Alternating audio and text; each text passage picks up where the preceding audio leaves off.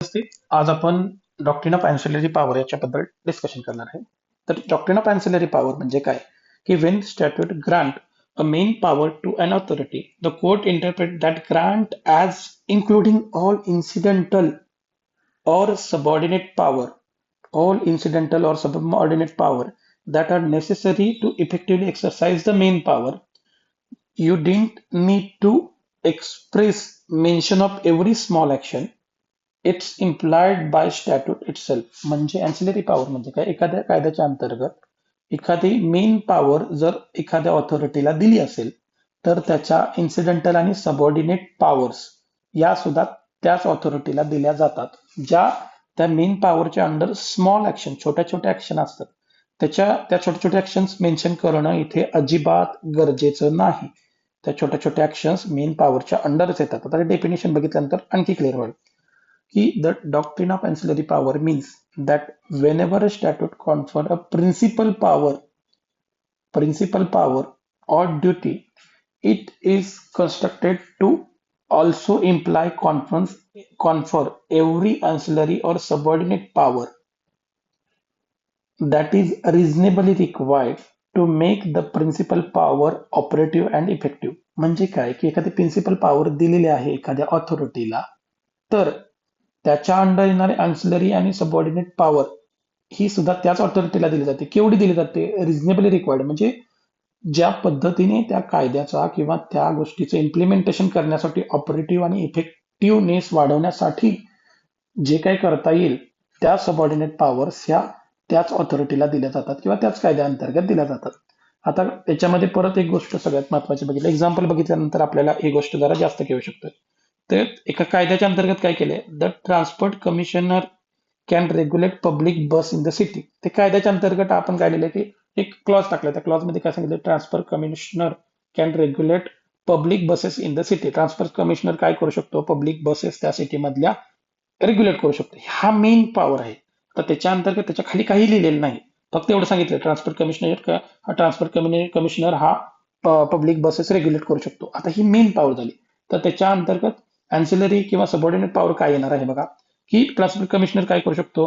Permit issue करू शकतो. आता हे त्या कायद्यामध्ये लिहिलेलं नाही, तरी पण त्याचा अर्थ आपण असा काढायचा आहे की परमिट कोण इश्यू करतो? Transport commissioner. त्याच्यानंतर बस स्टॉप ठरवण्याचा अधिकार कोणाला आहे? त्याच कमिशनरला द्यायचा. बस इन्स्पेक्ट करण्याचा अधिकार कोणाला? त्यालाच दिला.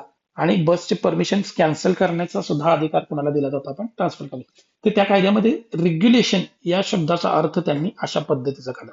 रेग्युलेशन आलं तर त्याची अँसिलरी पॉवर काय आले? परमिट इश्यू करणं, त्याच्यानंतर बस स्टॉप फिक्स करणं, इन्स्पेक्ट करणं आणि परमिशन्स त्याच्या व्हायलेट करणं. जर समजा त्यांनी व्हायलेशन केलं असेल तर त्यांच्या परमिशन कॅन्सल करणं. आता बघा, even though statute didn't list the action one by one हे स्टॅट्यूटने एक्सप्लेन केलेलं नाही. They are ancillary to the main power regulating bus. Without them without them the main power is useless. म्हणजे जर बसचं रेग्युलेशन करायचं असेल तर या पद्धतीचं सगळे अधिकार असलेच पाहिजेत त्याच्याकडे. विदाउट दॅट तो रेग्युलेशन करू शकत नाही. सो आपण याला मेन पॉवर म्हणायचं आणि याला अँसिलरी पॉवर म्हणायचं.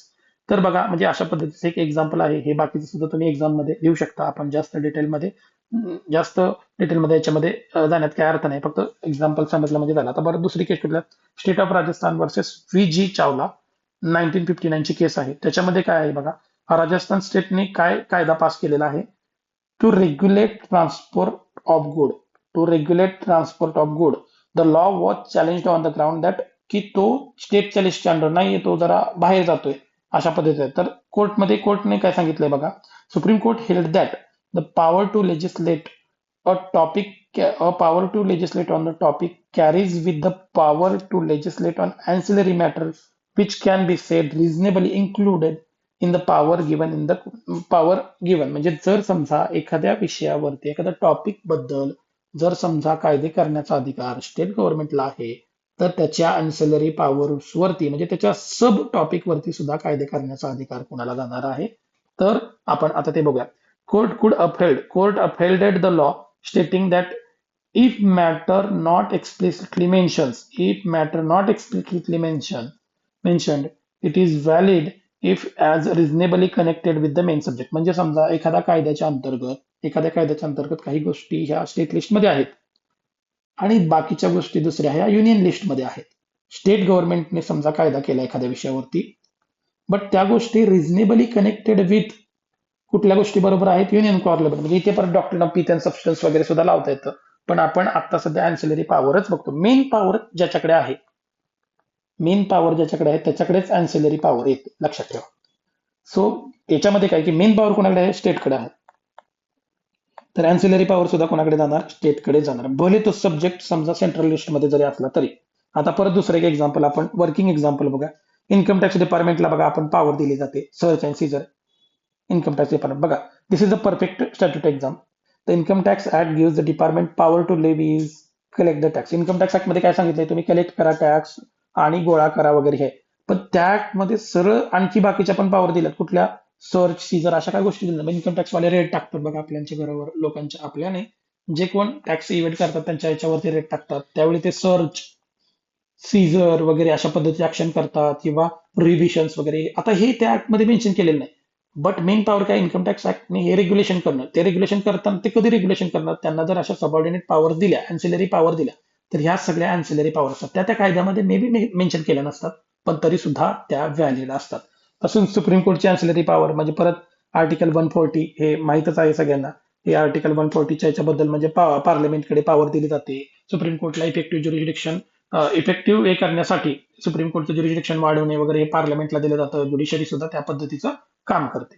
सो परत आता आणखी एक केस याच्यामध्ये आपण डिस्कशन करूया. अं, Gayatri Balasamy versus versus I S G Novasoft technology, ही 2025 ची लेटेस्ट केस आहे. याच्यामध्ये काय झालं बघा, आर्बिट्रेशन ऍक्ट 1996 चा जो आहे, explicitly allow court to set aside and arbitral award. म्हणजे arbitral award court set out करू शकतं, पण बघा, but it was silent on the power to modify. Power to modify, supreme court use the doctrine of implied और ancillary power to hold that power. म्हणजे बघा, याच्या अंतर्गत काय सांगितलेलं आहे की आर्बिट्रेशन ऍक्ट जो 1996 चा आहे, तर त्याच्यामध्ये काय सांगितलेलं आहे की सुप्रीम कोर्ट म्हणजे कोर्ट ज्यावेळी एखादा आर्बिट्रेरी मॅटरचा जो निर्णय दिलेला आहे, तो निर्णय सुद्धा सेट असाइड करू शकतो. तर सेट असाइड करू शकतो, बट याच्यामध्ये कोर्टने काय सांगितलंय की समजा सेट असाइड म्हणजे तो निर्णय कॅन्सल करणं. समजा जो काहीतरी आर्बिट्रेशनने निर्णय दिला त्याला मॉडिफाय करायचं असेल तर ते मॉडिफाय करू शकतात का, ह्याच्याविषयी काय लिहिलं नाही. काय करू शकतात, कोर्ट आर्बिट्रेशनने दिलेला अवॉर्ड पूर्णपणे कॅन्सल करू शकतं का, तर यस, कॅन्सल करू शकतो. पण तो मॉडिफाय करू शकतं का नाही याच्याबद्दल काय लिहू शकणार. पण याच्यामध्ये काय सांगितलं की कोर्टचा पर्पज काय आहे की जस्टिस देणं.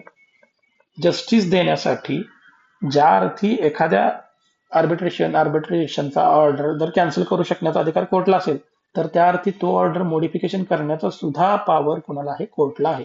कॅन्सल करू शकतं, तर ते व्हॅलिड पण करू शकतं ना, व्हॅलिड पण देऊ शकतं. कॅन्सल करू शकतं म्हणजे व्हॅलिड पण करू शकतं, व्हॅलिड करू शकतं म्हणजे मॉडिफिकेशन सुद्धा करू शकतं.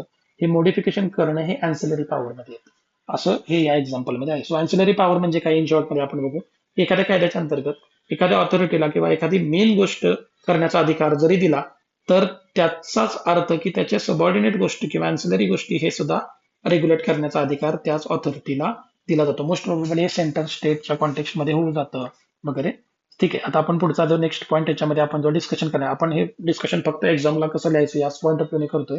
बाकीचं डिस्कशन आपण क्लासरूम मध्ये किंवा बाकीच्या ठिकाणी केलेलं आहे, किंवा आणखी परत नंतर करू.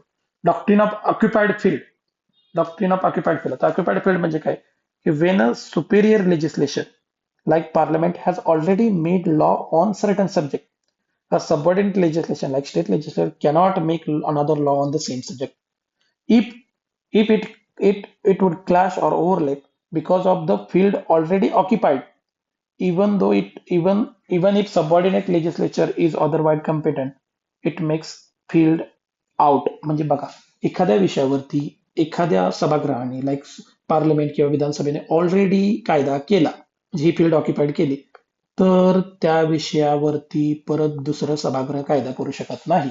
हेच काय ऑक्युपाईड म्हणजे, हे डॉक्टर परत सिंपल आहेत, अजिबात कन्फ्युज करायचं नाही. ऑक्युपाईड फील्ड म्हणजे एखाद्या लेजिस्लेशनवरती एखाद्या विषयावरती अगोदर जर कोणी कायदा केला असेल, तर सेम लेजिस्लेचरवरती सेम मॅटरवरती परत कायदा करण्याचा अधिकार दुसऱ्या हाताला. आता ह्याच्यामध्ये काय बघा, the doctrine of occupied field state that where the competent legislation has enacted a comprehensive law covering particular subject, the field of legislation is deemed to occupied म्हणजे एखाद्या विषयावरती एखाद्या सभागृहाने कायदा केला तर ती occupied field and no other legislation, especially subordinate one, can legislate on the same subject matter to the extent that it would be inconsistent or repugnant to existent law म्हणजे त्याच्यावरती कोणताही कायदा करण्याचा अधिकार दुसऱ्या कोणत्याही सभागृहाला होत नाही. In the context of constitutional interpretation म्हणजे परत कॉन्स्टिट्युशनल इंटरप्रिटेशन मध्ये लिंक टू आर्टिकल 254 मध्ये काय आहे कॉन्करंट लिस्ट मधल्या गोष्टींचा if state law on the concurrent list subject to represent to the central law the central law prevail and the state law is void म्हणजे हे परत आपण पाठीमागच्या याच्यामध्ये डिस्कशन केलेलं आहे. ओके, सो आता बघा पुढचा मुद्दा याचे एक्झाम्पल्स आपण थोडेसे डिस्कशन करूया. सेंट्रल लॉ म्हणजे बघा सेंट्रल लॉच्या कॉन्टेक्स्टमध्ये पार्लमेंटने एन्व्हायरमेंट प्रोटेक्शन ऍक्ट 1986 बद्दल कायदा केलेला आहे. त्याच्यामध्ये all aspect of industrial pollution पार्लमेंटने कव्हर केलेला आहे. पार्लमेंटने एन्व्हायरमेंटल प्रोटेक्शन ऍक्ट 1986 मध्ये ऑल ऑस्पेक्ट आता स्टेटने परत त्याच विषयात परत काय केलं फॅक्टरी पोल्युशन कंट्रोल ऍक्ट. आता ह्याच्यामध्ये डिफरंट स्टँडर्ड म्हणजे बघा सेंट्रल गव्हर्नमेंटने डिफरंट स्टँडर्ड केले, स्टेट गव्हर्नमेंटने डिफरंट स्टँडर्ड सेट केलेत. आता हा ऑक्युपाईड फील्डचा मुद्दा कधीच येणार आपण हे थोडंसं खाली याच्यामध्ये बघणारच आहे, पण प्रिन्सिपल बघा मुद्दा सेम आहे बट स्टँडर्ड डिफरंट आहे. हिअर ऑक्युपाईड फील्ड म्हणजे आता बघा इंडस्ट्रियल पोल्युशन कंट्रोल हा काय आहे की is already occupied by the central म्हणजे सेंट्रल गव्हर्नमेंटने ऑलरेडी अगोदर त्याच्यावरती कायदा केलेला आहे. The state law will struck down आणि परत स्टेट डॉट स्ट्रक केलं झालं इथे कन्फ्युजन अजिबात घेत नाही आपण फक्त याच्याबद्दलच लिहूया आणि स्टेट परत ऑक्युपाईड फील्ड मध्ये एंट्री करू शकत नाही. आता बघा याचा इन शॉर्ट मध्ये आपल्याला एक लिहिण्यासाठी फॅन्सी सेंटेन्स आपण देतो. If senior legislature has already filled the room with the law the junior legislation cannot walk in and the start moving the furniture surround म्हणजे जर एकदा एखाद्या सिनियर लेजिस्लेशनने कायदा केला असेल तर त्याच्यावरती परत ज्युनियर लेजिस्लेशनने कोणत्याही प्रकारचा कायदा करण्याची गरज नाही. ओके, हे एक डॉक्ट्रिन सिंपल आहे. याच्यानंतरचं पुढचं डॉक्ट्रिन आपण थोडंसं डॉक्ट्रिन ऑफ रेसिड्युअल पॉवर याच्यावरती डिस्कशन करूया. बघा रेसिड्युअल पॉवर म्हणजे काय, रेसिड्युअल पॉवर कुणाकडे असते आपल्या देशामध्ये पार्लिमेंटकडे असते. कशी असते, कधी असते, कोणत्या कॉन्टेक्स्ट मध्ये असते, फक्त कॉन्करंट लिस्टच्याच कॉन्टेक्स्ट मध्ये असते. कॉन्करंट लिस्टच्याच कॉन्टेक्स्ट मध्ये असते. ते कसं आहे बघा, when constitution or statute distribute power into space म्हणजे कॉन्स्टिट्यूशन 3 याच्यामध्ये पॉवर डिवाइड केलेला आहे. युनियन लिस्ट, स्टेट लिस्ट आणि कॉन्क्रेस्ट. रेसिड्युअरी पॉवर ही फक्त कशाच्या कॉन्टेक्स्ट मध्ये आहे हे आपण बघू. कॉन्करंट लिस्टच्या कॉन्टेक्स्ट मध्ये पण नाही. आपण बघूया कशासाठी आहे ते. परत मी थोडंसं अगोदर कॉन्करंट लिस्ट बोललो तर त्याच्या 3 लिस्ट आहेत. Any subject not mention in any of this 3 list म्हणजे या 3 लिस्ट पैकी कोणत्याही सब्जेक्ट मध्ये जर हा सब्जेक्ट नसेल दॅट फॉल्स अंडर रेसिड्युअरी पॉवर म्हणजे जर समजा असा कोणताही नवीन सब्जेक्ट असेल जर युनियन लिस्ट, स्टेट लिस्ट आणि कॉन्करंट लिस्ट या तिन्ही लिस्टमध्ये नसेल तर त्याच्यावरती कायदा करण्याचा अधिकार कोणाला आहे, only the parliament of India. What is not given to anyone goes to the centre. हे वाक्य आपण थोडंसं याने आपण इंट्रोडक्शन करू शकतो. What is not given to anyone goes to the centre असं आहे. डॉक्ट्रिन ऑफ रेसिड्युअरी पॉवर हे कुणाकडे आहे बघा. आणखी परत रेसिड्युअरी पॉवर कुणाकडे आहे, रेसिड्युअरी पॉवर आपल्याकडे मोस्ट प्रोबेबली युनियन पार्लमेंटकडे आहे किंवा आपण सेंट्रल गव्हर्नमेंटकडे आहे असं आपण याच्यामध्ये म्हणू शकतो. आता बघा आपण थोडेसे एक्झाम्पल घेऊया रेसिड्युअरी पॉवरचे आणखी की बघा आता आपल्या देशामध्ये सायबर क्राईमच्या बद्दल किंवा इन्फॉर्मेशन टेक्नॉलॉजी म्हणजे सायबर क्राईमच्या बद्दल कुठे कायदा मेन्शन केलाय का. सायबर क्राईम मध्ये specifically hacking, online fraud, data theft ह्याच्याबद्दल कायदाच नाही. तर ह्याच्याबद्दल कायदा करण्याचा अधिकार कुणाला जातो, आपल्या पार्लमेंटला जातो. दुसरं इलेक्ट्रॉनिक कॉमर्स मध्ये काय आहे, ऑनलाईन कॉन्ट्रॅक्ट, डिजिटल सिग्नेचर याच्याबद्दलचा कायदा करण्याचा अधिकार कुणाला आहे का आता सध्या नाही, कुणाला नाही. मग तो कुणाकडे जातो, त्या विषयावरती कायदा करण्याचा अधिकार कुणाला जातो, आपल्या पार्लमेंटला जातो. डाटा प्रोटेक्शनच्या कॉन्टेक्स्ट मध्ये कोणत्याही पद्धतीचा स्टोअर वगैरे या पद्धतीचा पर्सनल डाटा वगैरे काय जर झाला तर याच्या पद्धतीचा कायदा करण्याचा अधिकार कोणाला आहे, पार्लमेंटला. परत क्रिप्टो करन्सीच्या बाबतीत बिटकॉइन किंवा trading, online mining, bitcoin mining किंवा बॅनिंग वगैरे ह्या पद्धतीचे व्हर्च्युअल करन्सी याच्याबद्दल हे म्हणजे हे लिस्ट कोणत्या सब्जेक्ट मध्ये आहेत का, ना युनियन लिस्ट मध्ये नाहीत, ना स्टेट लिस्ट वरती नाहीत, ना कॉन्करंट लिस्ट मध्ये. याच्यावरचा कायदा करण्याचा अधिकार कुणाकडे जातो, पार्लमेंटकडे जातो. स्पेस लॉच्या कॉन्टेक्स्ट मध्ये काय आहे का, स्पेसिफिकली स्पेस लॉ बद्दल आहे पण युनियन कॉन्टेक्स्ट मध्ये. आता स्पेस लॉ मध्ये प्रायव्हेट व्हेकल लॉन्च किंवा स्पेस टुरिझम हे सब्जेक्ट कुठल्याच लिस्टमध्ये आहेत का, तर कोणत्याच लिस्टमध्ये नाहीत. तर हे सब्जेक्ट कोणत्या लिस्टमध्ये जाणार, युनियन लिस्टमध्ये जाणार. परत टॅक्स ऑन द सर्व्हिसेस आता ह्या पद्धतीचं कोणतीही गोष्ट मेन्शन नाही तर ते कुणाकडे जातात. म्हणजे हे परत डॉक्ट्रिन ऑफ रेसिड्युअरी पॉवर म्हणजे काय की एखाद्या वेळी जी गोष्ट युनियन लिस्ट, स्टेट लिस्ट किंवा कॉन्करंट लिस्ट या तिन्ही लिस्टमध्ये एखादा सब्जेक्ट नसतो तर त्याच्यावरती कायदा करण्याचा अधिकार कुणाकडे जातो, युनियनकडे जातो. युनियन म्हणजे कुणाकडे, पार्लमेंटकडे जातो. हेच म्हणजे डॉक्ट्रिन ऑफ रेसिड्युअरी पॉवर. याच्याबद्दल काही एक्झाम्पल्स आले तर हे आता करंटचे एक्झाम्पल्स लिहा. हे डॉक्ट्रिन ऑफ रेसिड्युटरी पॉवर म्हणा, किंवा मग परत वरती आपण जे डिस्कस केलेलं डॉक्ट्रिन ऑफ ऑक्युपाइड फील्ड म्हणा, किंवा परत वरती जे आपण डिस्कस केलेला सगळ्यात पहिला महत्वाचा मुद्दा म्हणजे डॉक्ट्रिन ऑफ अँसिलरी पॉवर. हे सगळे मुद्दे व्यवस्थित लिहा. काय आले तर आपण